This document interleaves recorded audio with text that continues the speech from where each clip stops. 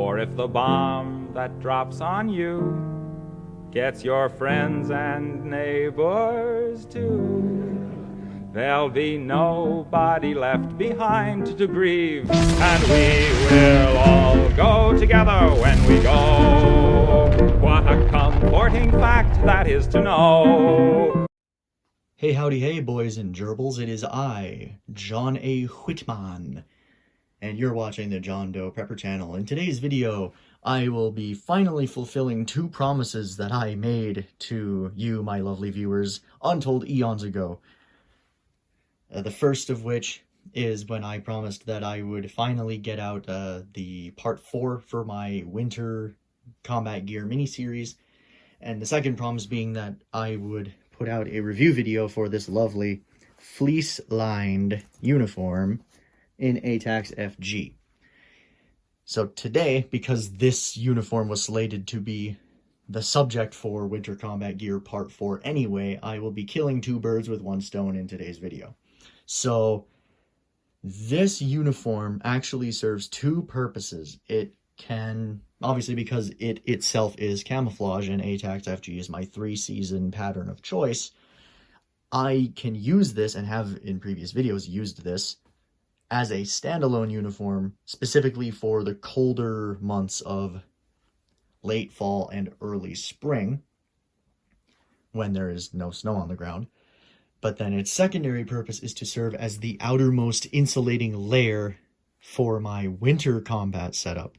And the reason I have this as the outermost layer specifically for that is that what I would be wearing over this for winter combat is my multicam alpine oversuit that I showed in Winter Combat Gear Part 1.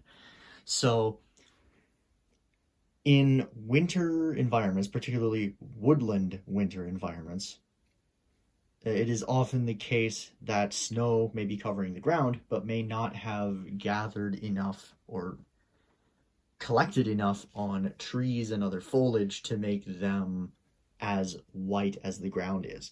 And so what a lot of militaries in countries or regions that have snowy winters will teach you to do in that scenario is to wear a woodland pattern from your waist up. So basically your jacket or smock would be a woodland pattern, and then from the waist down, so basically your combat pants, you would wear winter camouflage. And so by having this as my outermost insulating layer right underneath my multicam alpine oversuit, which also provides a lot more water resistance to the whole setup, I would be able to do that exact thing by simply just taking off my deuce gear, my load-bearing equipment, whether that be a plate carrier or a chest rig or what have you, and just taking off the oversuit top, stuffing it in a cargo pocket somewhere, and then putting all the gear back on and just going on with whatever I'm doing. But beyond that, the outer surface of this particular uniform does offer a little bit, just a tiny little bit of water resistance. It's not particularly great at it, but it does offer a little bit. But of course, with the multicam alpine oversuit, that's essentially made out of the same fabric that a lot of cheaper rain ponchos are made out of. So for winter combat specifically, that oversuit is what provides the bulk of the water resistance for that particular loadout. And then of course in particularly late fall, and less so in early spring, but when there's no snow on the ground, water resistance becomes less of a super necessary thing. And the very small amount of water resistance offered by this uniform is almost always enough. To dive into the actual review now that I've basically explained why this is part of my winter combat setup, this particular one I believe was around $60 for both the jacket and the pants together.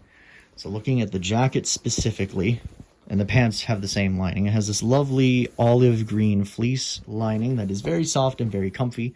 It's not particularly thick, but it is quite warm.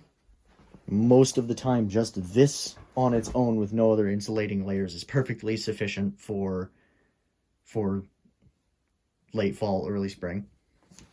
At least for me. Your mileage may vary, of course, but it has this kind of unique drawstring system for the hood where there are no exposed, cord ends to grab onto. You have toggles here, so when you adjust it, you can move those toggles up and down to basically kind of lock this into place.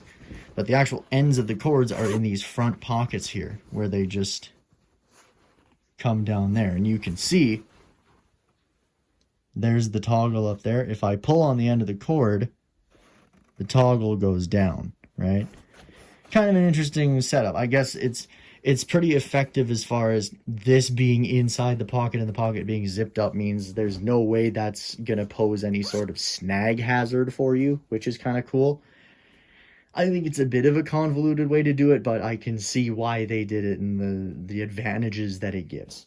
So, at least in concept, I think it's actually quite cool, even if it may be a bit inconvenient for wanting to adjust the hood. That being said, I have literally never adjusted this hood because I just don't need to. Exact same type of pocket on the other side. Here's the front zipper. For some reason, there's no little cordage tab on this bottom zipper, but there is on the top one here. Right here. Has this nice little flap here that prevents the zipper from potentially digging into the bottom of your chin if you look down, for instance, which is really nice. I actually like that quite a bit. And for some reason, I genuinely have no clue what this is for. So if you do know what this is for, please let me know in the comments.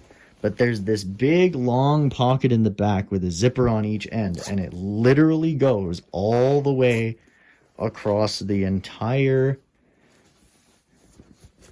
back of the jacket. I don't know if that's just to basically be an integrated waist pack or if it's something specifically meant to interface with a certain piece of equipment that I just don't have, or whether it's meant to maybe hold a water bladder close to your body for Arctic conditions. I don't know.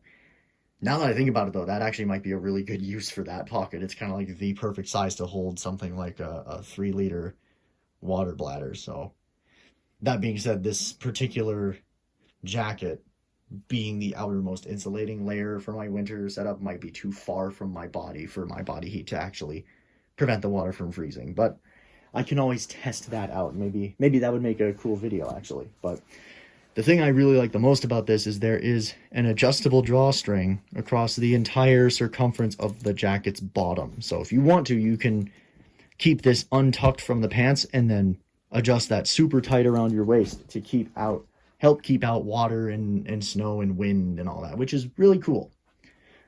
Onto the trousers. We have this little plastic D-ring type mount here. So if you have, say, if your gloves have, I know some gloves have like tiny little carabiners just sewn into them. If your gloves of choice have that feature and it fits over this D-ring, that would actually be quite convenient, I suppose. Alternatively, you could, of course, just put a carabiner on this, and then if your gloves have like the little carabiner loop, you could just beaner them right onto your pants right there, which is pretty cool. Do I use that feature? Personally, no, but because I don't really have any gloves that have either of those features. But if you do, that is really cool that that's just built right into the pants. And of course, there's probably plenty of other things you could use that for as well. Nice deep front pockets here. We have a button and zipper fly here with, once again, very nice zippers for a $60 eBay special. It does have a little brand here that I have no clue what that is, but they didn't say what brand it was, and honestly, it's kind of one of those things where it's Chinese gear. Who cares what brand it is? If it's good and cheap, that's what matters. But then you have these nice little small pockets in the back, as well as these very large, deep rear pockets on both sides. or on both cheeks, I should say. Then we have these very large side cargo pockets. Again, same thing on both pant legs. I have this small Velcro closure one. My G3 style pants have kind of the same thing, and what I do with those is I keep a single Israeli Army field bandage. I'm not talking the 4-inch Israeli dressing. I'm talking actual, they're almost like a Carlisle bandage if you're familiar with that, but they're these tiny little bandages vacuum sealed in dark green plastic that are literally just covered in Hebrew. They're actual Israeli bandages, but they're nice and small and they're dirt cheap. So with pants like these, I haven't done it with these, but with all my other uniform pants that have these little thigh pockets here, that's what I do, is I put one of those bandages in each of these pockets. But you could also just as easily fit an extra tourniquet in one of these, or pretty much anything. But then next to that, we have this very huge, it's so huge, this huge cargo pocket, zipper closure, which is very nice. It extends behind the Velcro pocket even a little bit, which is very cool. So it's very large, very deep. And again, the exact same thing on the other side. You could fit so much stuff in these cargo pockets, which is awesome. We have what appears to be extra material over the knee areas, which is nice because that means these pants will last a lot longer. Yeah, you can see it's a nice, big, wide, secondary extra layer of fabric over roughly where your knees would be. And then nice little, I thought maybe there was an elastic drawstring here as well, but no, it's just hemmed over. But you can see here, if I turn that inside out, has the exact same soft, comfy fleece lining as the jacket. If you would like to see this uniform in action, I have a video on the channel where I tested the effectiveness of A-TACS FG Camouflage in early spring, and that is actually this specific uniform, and I do briefly talk about it there, but now we have an actual review of it. As for the camouflage itself, you can see there is a slight difference in color between the jacket and the pants. The jacket does appear to be printed a little bit darker. Not quite sure why that is, but it's, you know, like I said, it's Chinese gear, who cares, right? Not the end of the world. But with both of these, I have noticed the parts of the pattern that are normally brown on both of these, on this, are actually just complete charcoal black. Again, is that the end of the world? Is that a huge deal? No, it is still very clearly meant to be A-TACS FG, and it is similar enough that it's going to be just as effective in all the same environments for the most part. I will say, especially with these pants, these do seem to be a lot more tan heavy than is typical for even Chinese A-TACS FG. But considering the environments in which I plan to use this specific uniform, that may actually very well be an advantage rather than a disadvantage, because using these in late fall and early spring, there's really not much green. And so having a bit more of a tan dominant flavor of A-TACS FG is actually probably a good thing.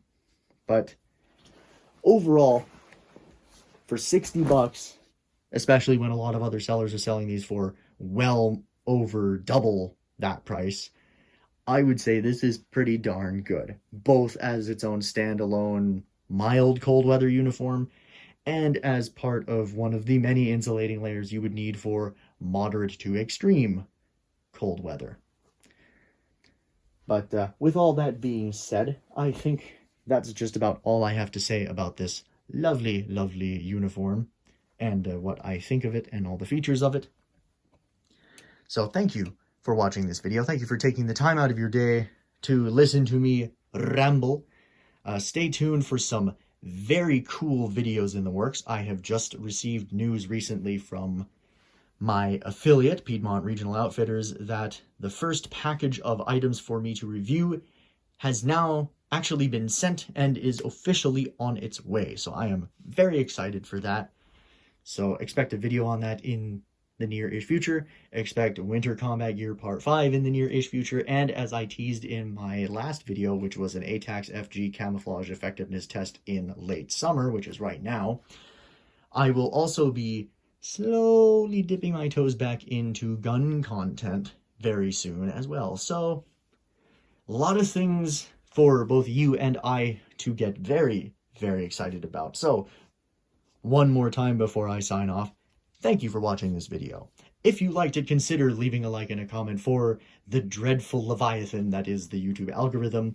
And if you would like to hear more of my autism, consider subscribing to the channel. It's free, and of course you can unsubscribe at any time if you get sick of me, and it helps out the channel quite a lot. Also, we have a Discord server. The link to that is in my channel bio, so if you want to see the types of crazies that I associate with, you can head on over there and regret that decision along with several other life choices that likely led you to watching this video.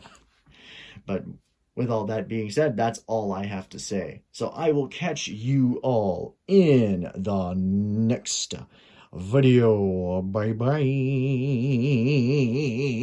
We will all go together when we go, all suffused with an incandescent glow. No one will have the endurance to collect on his insurance. Lloyds of London will be loaded when they go.